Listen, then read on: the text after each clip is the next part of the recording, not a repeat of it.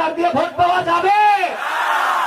প্রিয় বন্ধুগণ, তাদের পলিসি অপপ্রচার, তাদের পলিসি হচ্ছে লাশের রাজনীতি।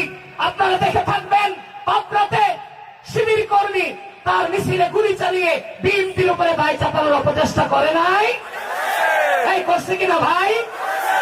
উসমান হাদি ভাই সম্মানিত ব্যক্তি, সে যখন শাহাদাত বরণ, তাকে যেদিন গুলি করা হয়, সেদিন শিবিরের গুপ্ত সন্ত্রাসীরা, সাবেক ছাত্রলীগের নেতারা, তারা মির্জা আব্বাসের বাসার ইট খুলে আনার জন্য অপচেষ্টা করে নাই? লাশের রাজনীতি করে নাই উসমান হাদি ভাইকে নিয়ে?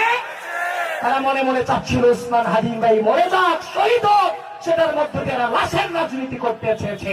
ঠিক একই ভাবে সেদিন শেরপুরে পুলিশ প্রশাসন জামাতের নেতাকে বলেছে আপনি এখানে দাঁড়ান, আমার বিএনপি নেতা বলেছে আপনার পায়ে ধরছি, আপনি সামনে অগ্রসর হবেন না, আপনি আমাদের প্রত্যেকের প্রাণটুকু রক্ষা করেন। সে একগুঁয়েমি দেখিয়ে সে লাশের রাজনীতি করবার জন্য সামনে অগ্রসর হয়ে নিজের কর্মীকে নিজের হত্যা করেছে। এরা আছে লাশের রাজনীতিতে। এবার আপনাকে বলছে জামাত ইসলাম, ইসলাম বুঝি, আমরা ইসলাম বুঝি না। এবার নারে তাকবীর, আল্লাহু আকবার। জামাতের স্লোগান না মুসলমানের স্লোগান?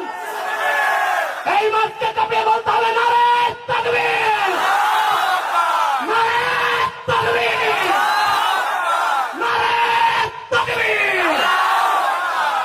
এই জামাতের সন্ত্রাসীরা শুনে নাও, অপপ্রচারকারীরা, আমরা চেয়েছিলাম সুস্থ রাজনৈতিক সংস্কৃতি, কিন্তু তোমরা ধর্মের ভিত্তিতে আমাদের ধর্মীয় অনুভূতিতে বারংবার আঘাত দিয়েছ।